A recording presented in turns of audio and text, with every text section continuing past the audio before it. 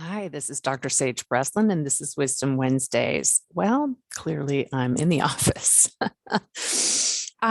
This is my special series on my journey with cancer. This is video number 57.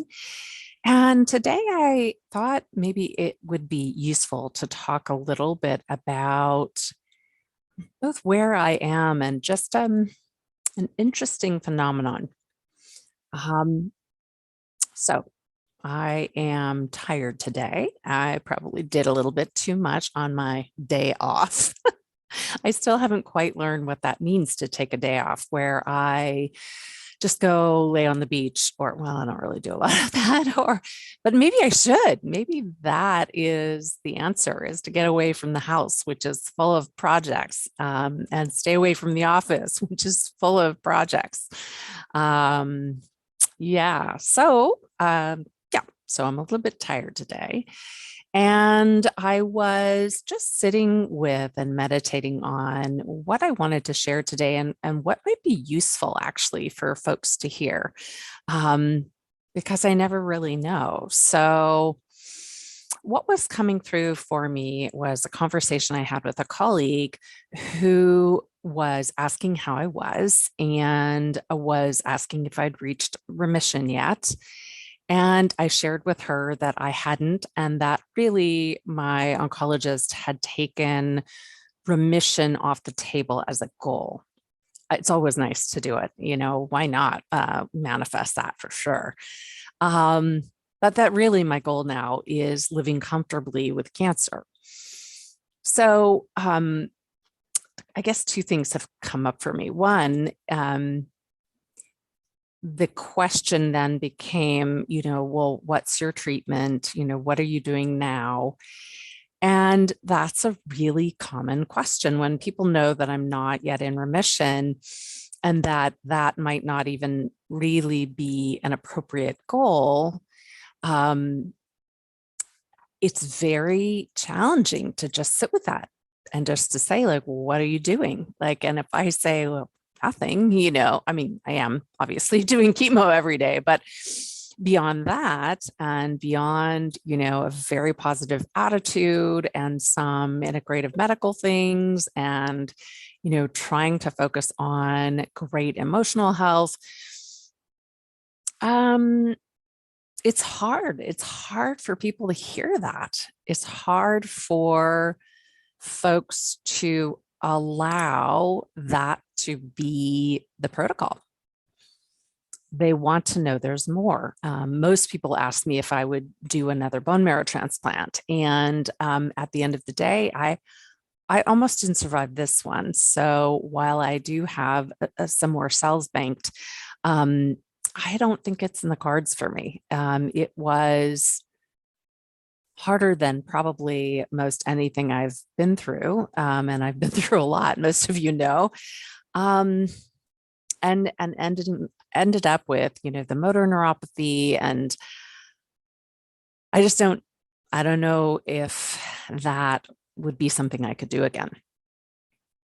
So that brings us to these difficult conversations where folks feel helpless and uncomfortable with, okay, well, this is where things are. I think the other thing that makes it even more wonky for a lot of people is that they see me and they see that this is the most common, you look good. Like, well, the cancer's not on the outside of my body. Like, thank you. That's wonderful to hear. I mean, I feel like I still don't know whose hair this is, but I've got it, that's exciting.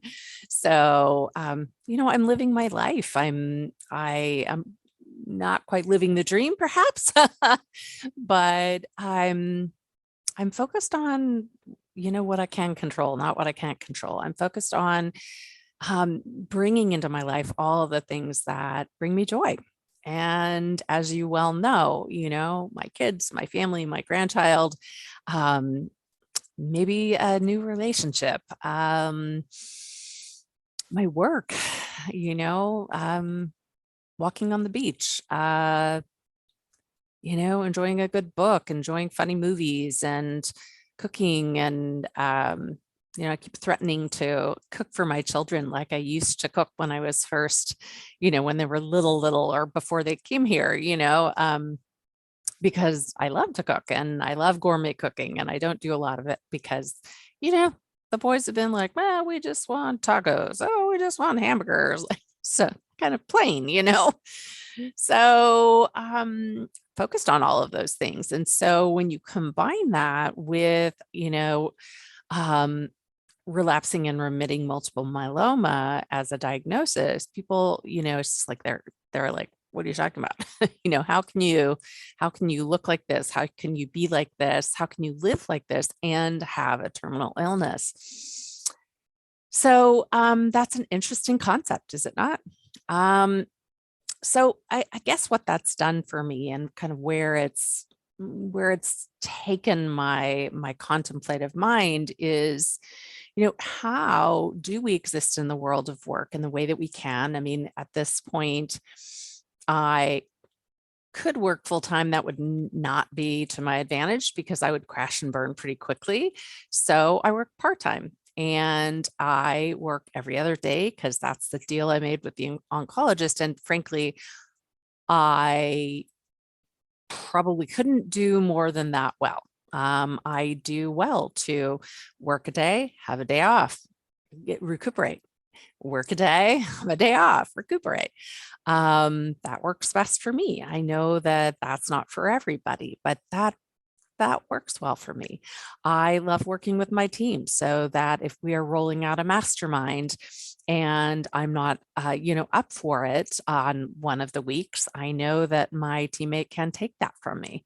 I know that my team members can work together to roll out most of our programs, whether I'm there or not. Now, obviously, I'm thrilled by what we do. I love doing what we do. And so that makes it easy for me to dive into work on the days that I work because I'm passionate about it. I get energized from what I do.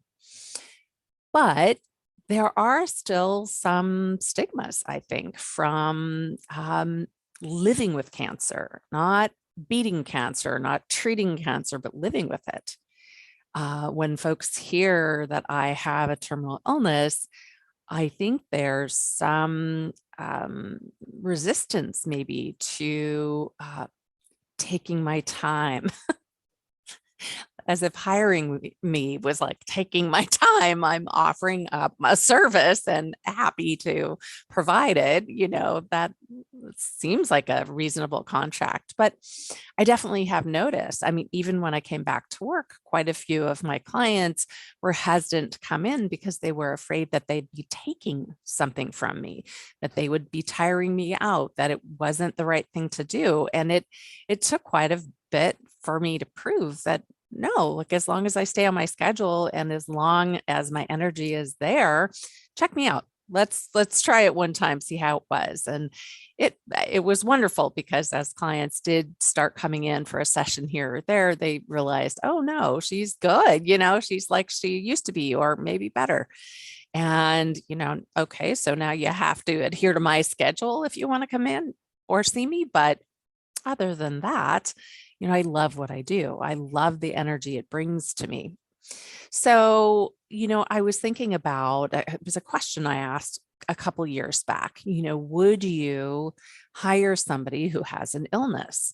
And it was really interesting, the kinds of responses that I got on LinkedIn. And there were many people who said, if it's not visibly clear or if it's not impairing the skill, sure, why not? But for folks who were more visibly impaired, for instance, going through chemo or having just gone through chemo, bald head, or head in a head covering, or skin cancer where it was very visible or the treatment was visible, people were much more hesitant to do that.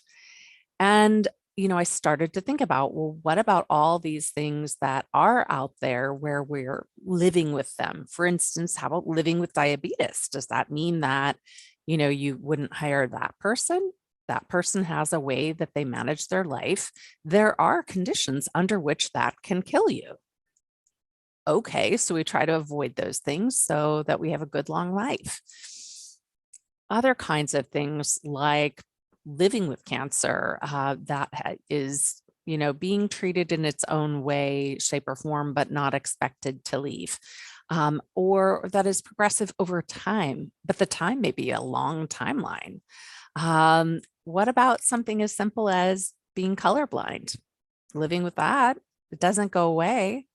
I guess if you're in a field where colors are really important, that's not going to be a job probably that you can do.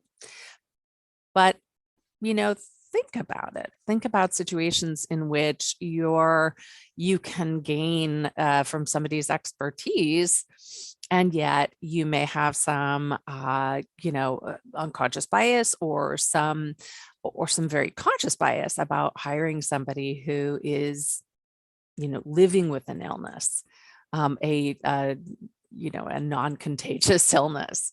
So that's where my mind has been. It's been kind of playing around with, how do I create the best experience for me?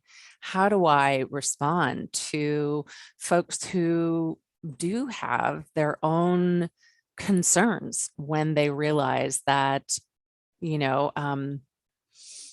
I didn't beat it. I'm not likely to beat it, so to speak.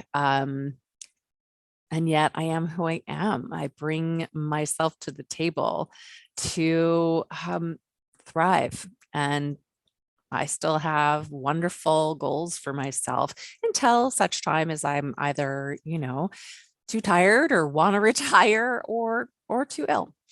So that is where my mind has been here. If you are a leader in the field and you have been contemplating your own circumstances, and wondering maybe about some of these things for yourself, I would love to hear from you. Frankly, I always love hearing from you. This is Wisdom Wednesdays, and this is Dr. Sage Breslin.